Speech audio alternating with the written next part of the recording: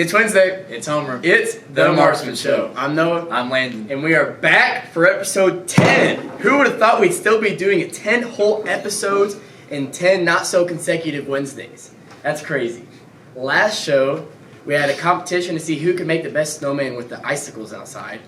And Griffin Shields won that competition. Do you have any comments on that? It was a great show. If you haven't watched it, go back to last week's show and definitely give that a view because it was quite the experience. Yeah, lots of great snowmans.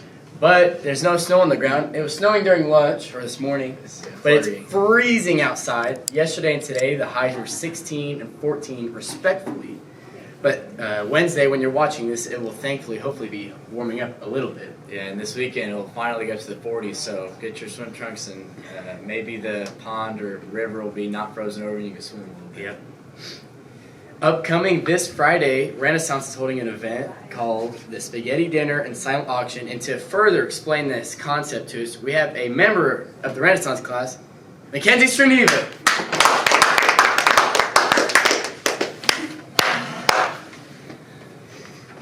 All right, so you're in Renaissance. What made you sign up for Renaissance? I just had an open period that period, and Miss Noble told me it was available, so I just... Did you come in with any preconceived notion about the Renaissance Committee? All I knew is that they did the academic pep off, and that was really all I knew. Pep rally, yeah, that's really all I knew. So you guys are doing a spaghetti dinner this Friday. When is it starting? It starts at 5 p.m., and then I think in the middle of like JV and varsity, we do like a silent auction where our whole Renaissance class like collected like donations from companies, and you can go and buy them. Mm-hmm. And I heard those prizes are kind of like gift bags, gift cards, baskets. Yeah.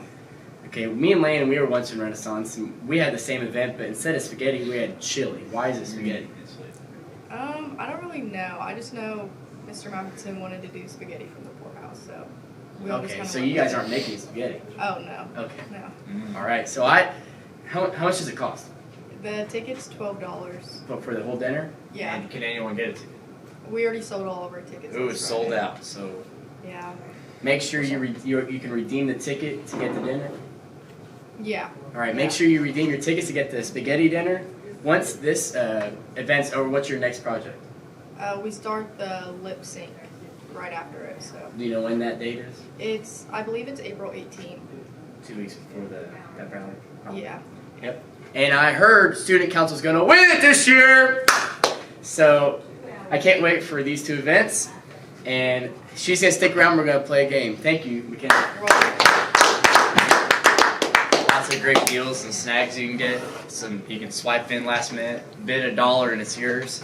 Granted, nobody else tries to get the same idea as you.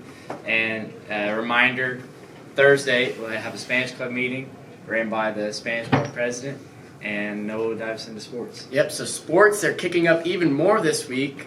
Conference competitions are starting to happen this weekend. And postseasons are starting soon. First off, we're going to talk about girls basketball. They had a big win against Perry as of this recording last night. Monday night, they won 53-50 over Perry Central. Mm-hmm. And their next competition is against North Posey Saturday at North Posey.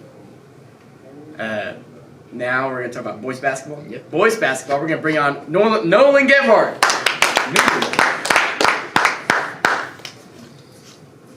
Welcome. For those that don't know, Nolan is a senior on the boys basketball team. How long have you been playing basketball? I've been playing all my life.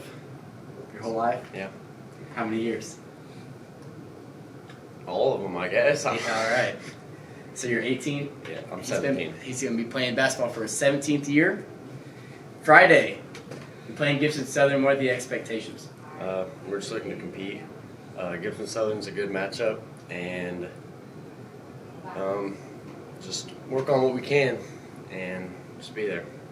What is your position on the team? I'm forward, and I mostly try to... It's hit or miss for scoring, but I try to give it 100% on defense every night and just give it all the effort. So. What's your role on the team as far as a leadership position? Yeah, I try to be a leader, especially for freshmen. You know, my little brother's on the team now, so that's definitely weird, but just try to be someone they can look up to.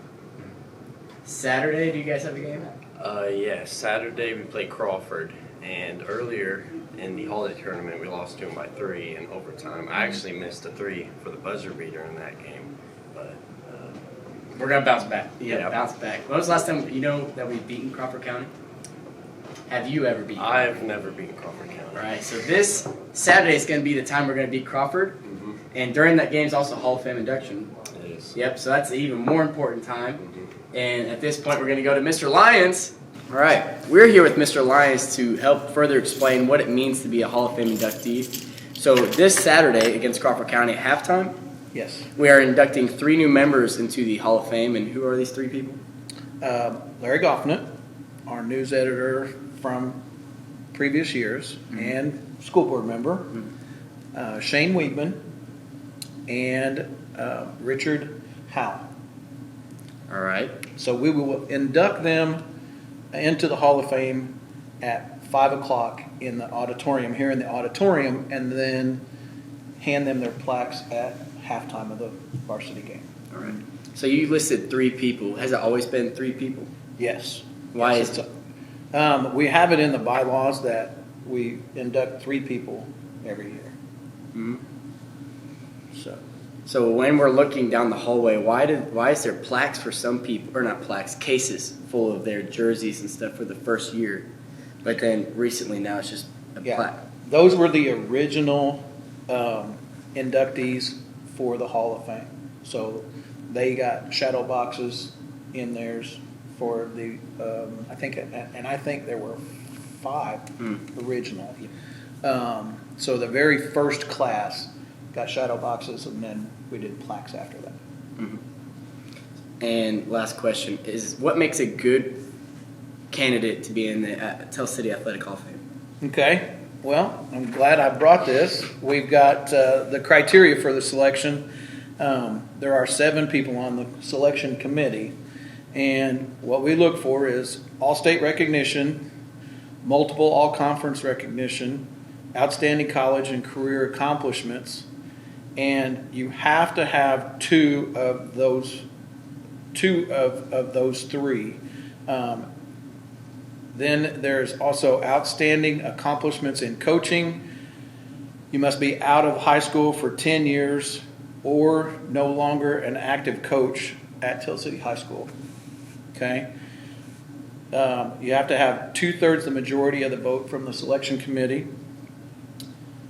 And then there's always a maximum of 3. Mhm. So if say for instance, I did not go to Tell City, but you don't have to, because I could go in as a coach. So all of the first 4 would not. So for instance, you guys know Coach Joe. He could possibly go in as a coach, but not an athlete. Mhm. So we have different people that we talk about as far as coaching and athletes. We usually try to, if we do have any one year, usually we try to be heavy on athletes. At least 2 of them be athletes. Mhm. So And Saturday's game starts at 7? Saturday's game is a 7 o'clock game. Yes.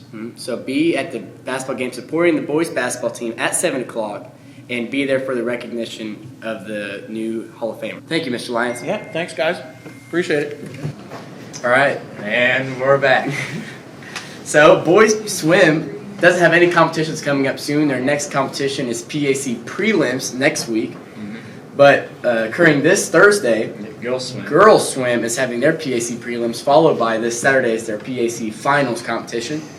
And talk about that, we have a junior on the team, Shelby Davis.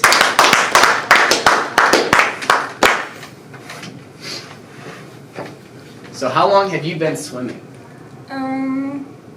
Since like 1st grade. When did you learn how to swim? 1st grade. So you went on the swim team to learn how to swim. Oh no. I learned how to swim when I was like 3. Oh. I thought you meant like compete. Yeah. So what events do you swim in? The 500 free, it's 20 laps. The 100 IM, that's all 4 strokes. I swim 2 relays, and that's it. What are your expectations for the prelims? For prelims, you have to get in the top, I think it's top 12. And you want to get top 6 for prelims because then you're in the finals. And then there's a finals, there's like a heat that's not, it's finals, but it's not finals. And you don't It's get like as the many slow points. heat? Yeah. Okay. And what placement is the team expected to get this weekend in the finals? We want 3rd. But it could go either way depending on how we swim. All right. I've heard 6th, so you're wanting to get 3rd. You're wanting to exceed expectations. 6th? Yeah, I heard 6th. No, we could get 6th if we get bad. Okay. Do you have anything else you want to add?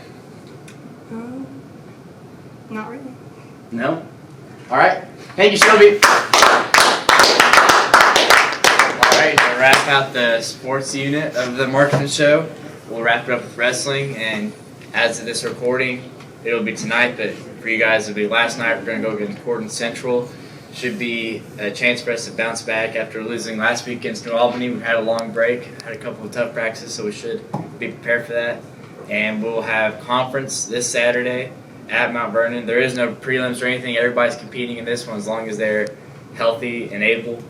And we got a little game, right? Yep, so in honor of the Hall of Fame induction occurring this Saturday, we have a game honoring the individuals that have made it into the Hall of Fame, and we're going to recognize their accomplishments that they've had through a game called Two Truths and a Lie. So all 3 people that we've interviewed is going to be in the chairs. They're going to be on the same team, and they're going to be trying to spot which one's the lie of the 3 accomplishments. All right, here we go. As Noah mentioned, we got Tell City Sports Trivia, Two Truths and a Lie. We'll run through some of the already inducted Tell City Athletic Hall of Fame athletes, Hall of Famers. So, number 1, Coach Page.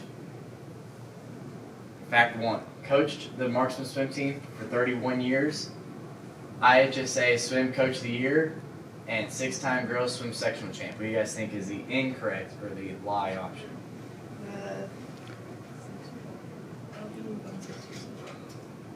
It doesn't say on it. I think it's 31 years. 31 years. Do you support that? No, but she's a swimmer. So. I don't know. All right. Nope. The correct answer, or the incorrect answer, was IHSA Swim Coach of the Year. He's actually the runner-up of this title. He coached from 1980 to 2010, which is 31 complete seasons. If you look down the hallway, going into the Brian Taylor from the student parking lot doors, his face is littered across the wall.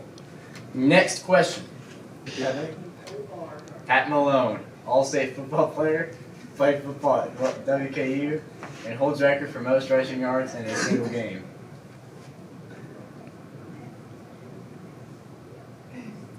WKU. Hopefully this doesn't switch again. Oh, his record no longer stands. It was broken last year against South Spencer, and all the others were true. I think we have one more.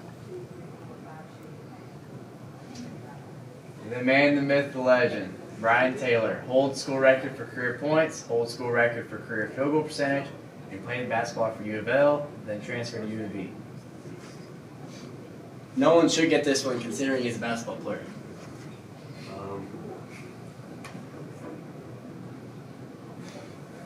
You got 3 seconds. Whole school record for career field goal percentage is a lot. Career field goal percentage. He does have that record, but he does not have career points.